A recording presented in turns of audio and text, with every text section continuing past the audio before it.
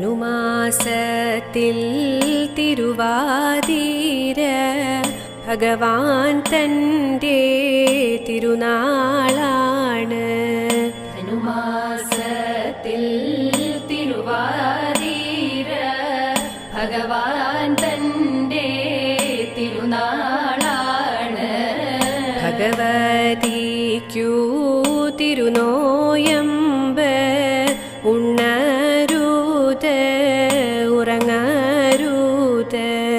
ഭഗവതിക്കു തിരുനോയമ്പ് ഉണ്ണരുത് ഉറങ്ങരുത്.